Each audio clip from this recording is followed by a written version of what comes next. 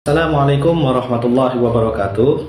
Perkenalkan, saya Nararia Adam Wijanarko, mahasiswa program studi manajemen dakwah dengan NIM 12513200087. Pada kesempatan kali ini, izinkan saya memberikan sebuah presentasi yang menjadi tugas utama dari mata kuliah ilmu komunikasi yang diampu langsung oleh Bapak Fahrudin. Pada pertemuan kali ini, saya akan memberikan presentasi dengan judul Komunikasi Persuasif. Baik, kita mulai pada pembahasan pertama. Apa sih komunikasi persuasif itu? Ya, pasti dari kita banyak yang bertanya-tanya dan terlihat asing dengan kata-kata komunikasi persuasif. Tapi tahukah kamu bahwa kita sering sekali menggunakan komunikasi persuasif dalam kehidupan sehari-hari?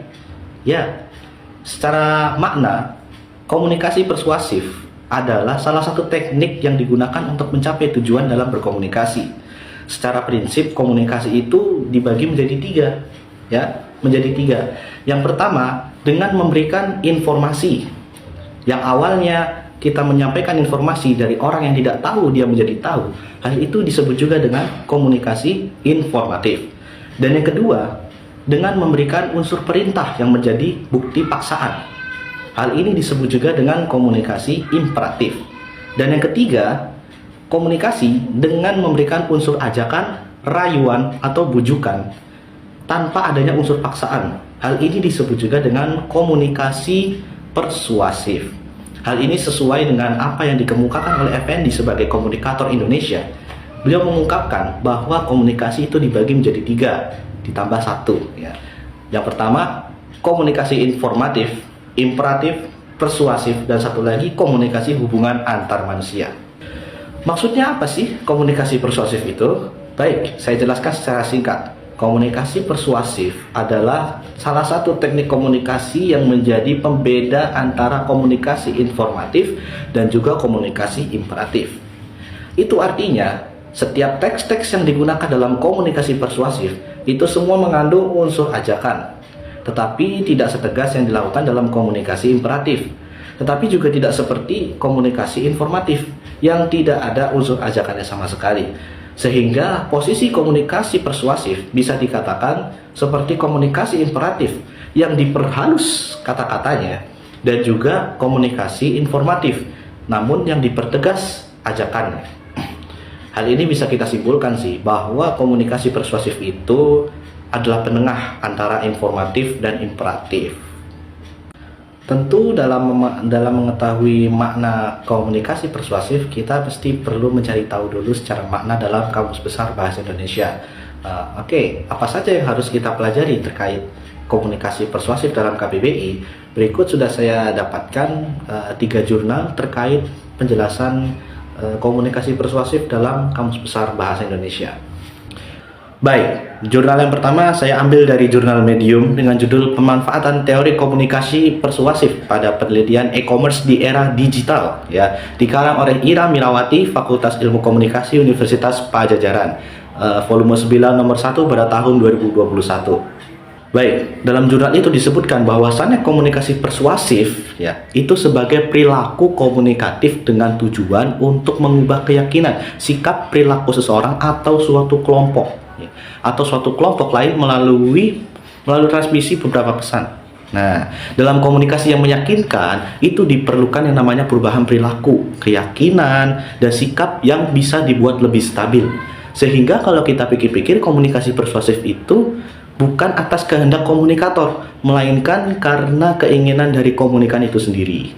Jurnal yang kedua saya ambil dari jurnal profesional, Jurnal Komunikasi dan Administrasi Publik, ya, dengan judul Strategi Komunikasi Persuasif Guru Taman Kanak-kanak, Harapan Bersama dalam Karakter Peduli Terhadap Sampah. Dalam jurnal itu disebutkan bahwasannya istilah komunikasi persuasif dalam kurung influence itu bersumber pada perkataan line influence. Ya, kata kerjanya adalah persuade. Nah, yang berarti itu membujuk, mengajak, ataupun merayu. Nah, perancangan yang matang itu penting sekali agar komunikasi persuasif dapat mencapai tujuan yang diinginkannya.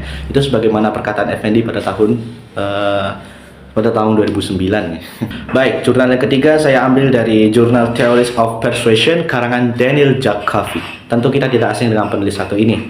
Ya, sebelumnya saya perlu sedikit membaca karena ini menggunakan format bahasa Inggris. Baik. Dalam jurnal itu disebutkan bahwasannya persuasion is ubiquitous function of human communication, pursued in a variety of settings from face-to-face interaction to mass media. In the context of mass media, persuasion is most commonly pursued through advertising for consumer products and service, for political candidates, for pro-social cause, and so forth. Nah, di sini saya akan menjelaskan pendapat-pendapat para ahli terkait komunikasi persuasif. Ya. Komunikasi persuasif secara makna saya ambil dari perkataan Simon pada tahun 1976 dalam buku karangannya yang berjudul Persuasion, Understanding, Practice, and Analysis. Dalam buku itu beliau mengatakan bahwasannya persuasion is human communication that is designed to influence others by modifying their belief, attitudes, or values. Artinya, komunikasi persuasif adalah dan bertujuan untuk mempengaruhi nilai-nilai seseorang, karakter-karakter seseorang, pendapat orang, dan juga tingkah laku seseorang. Dalam kutipan lain, saya juga mengambil dari perkataan Anderson pada tahun 1971 dari buku karangannya yang berjudul Persuasion, Practice, and Theory. Ya, dari buku itu beliau mengatakan bahwasannya komunikasi persuasif adalah proses di mana komunikator berbicara menggunakan simbol-simbol tertentu, ya, menggunakan simbol-simbol tertentu untuk mempengaruhi pikiran-pikiran para pendengar. Yang mana tujuannya adalah untuk mempengaruhi tingkah laku dan juga karakter para audiens. Yang ketiga, secara makna KBBI, saya ambil juga dari perkataan Jalaluddin Rahmat pada buku karangannya yang berjudul Psikologi Komunikasi, yang mana pada buku itu beliau mengatakan dalam sebuah kutipan bahwasannya komunikasi persuasif dapat didefinisikan juga sebagai proses mengendalikan dan mempengaruhi pendapat orang lain, tindakan orang lain, dan juga tingkah laku orang lain melalui pendekatan manipulasi psikologis, sehingga orang itu seakan-akan berkehendak atas dirinya sendiri. Baik, yang keempat saya ambil dari perkataan Prasetyo dan Febrani pada tahun 2020, yang mana beliau mengatakan mereka berdua mengatakan bahwasannya komunikasi persuasif adalah komunikasi yang dilakukan untuk mengubah konsep, ide atau gagasan, perilaku seseorang, dan juga hubungan antara kegiatan komunikator dan komunikan. Nah, yang kelima, pendapat para ahli mengatakan, saya ambil lagi dari perkataan Miller dari buku karangannya yang berjudul Persuasion, New Direction in Theory and Research. Ya, dalam buku itu beliau mengatakan bahwasanya fungsi tujuan utama dari komunikasi persuasif dapat diartikan sebagai bentuk upaya untuk mempengaruhi akal, bicara, pendengaran orang lain, budaya, dan ras sukunya mereka. Itu perkataan Miller. Nah, tadi kan sudah disampaikan segala macam terkait penjelasan tentang komunikasi persuasif. Nah, sebenarnya poin pentingnya itu adalah apa sih fungsi utama dari komunikasi persuasif itu? Kenapa sih begitu penting bagi kita dalam kehidupan sehari-hari? Nah, ini nih yang perlu saya jelaskan ke kalian. Kenapa sih komunikasi persuasif itu penting banget buat kita? Karena dengan adanya komunikasi persuasif, orang-orang menjadi bisa memberikan sebuah gagasan secara lebih meluas, secara bebas, dan dapat diterima oleh orang-orang yang mendengarnya dengan royal dan baik.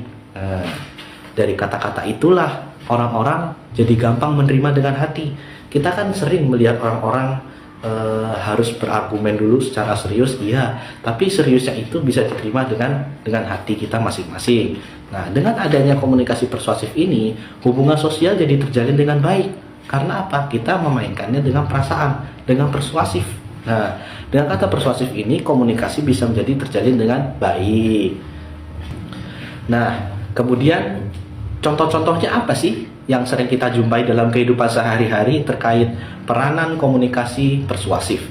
Nah, kita bisa lihat nih, mau dari apa dulu? Kalau dari segi rumah tangga, kita bisa lihat antara orang tua dengan anak. Ya. Mereka menggunakan komunikasi persuasif dalam contohnya perkara membersihkan rumah.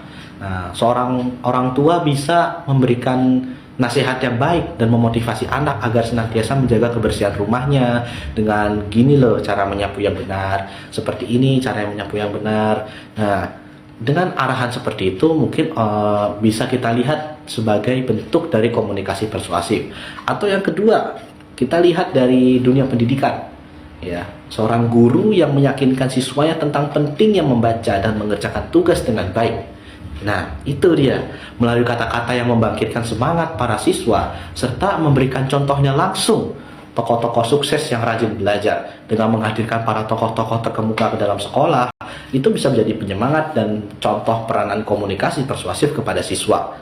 Atau yang ketiga, lebih luas lagi nih cakupannya dalam pergaulan sosial. Nah, seorang teman membujuk temannya untuk ikut kegiatan yang positif. Nah, misalnya bergabung dengan organisasi remaja masjid atau komunitas olahraga, atau bisa dengan menjelaskan manfaat yang akan diperoleh dari ikut kegiatan itu semua. Nah, mungkin itu tadi semua penjelasan yang saya sampaikan kepada kalian semua. Mudah-mudahan apa yang aku sampaikan ini terkait komunikasi persuasif dapat menjadikan pemahaman yang baik bagi saya dan kita semua. Demikian apa yang kami sampaikan, kurang dan lebih yang mohon maaf. Wassalamualaikum warahmatullahi wabarakatuh.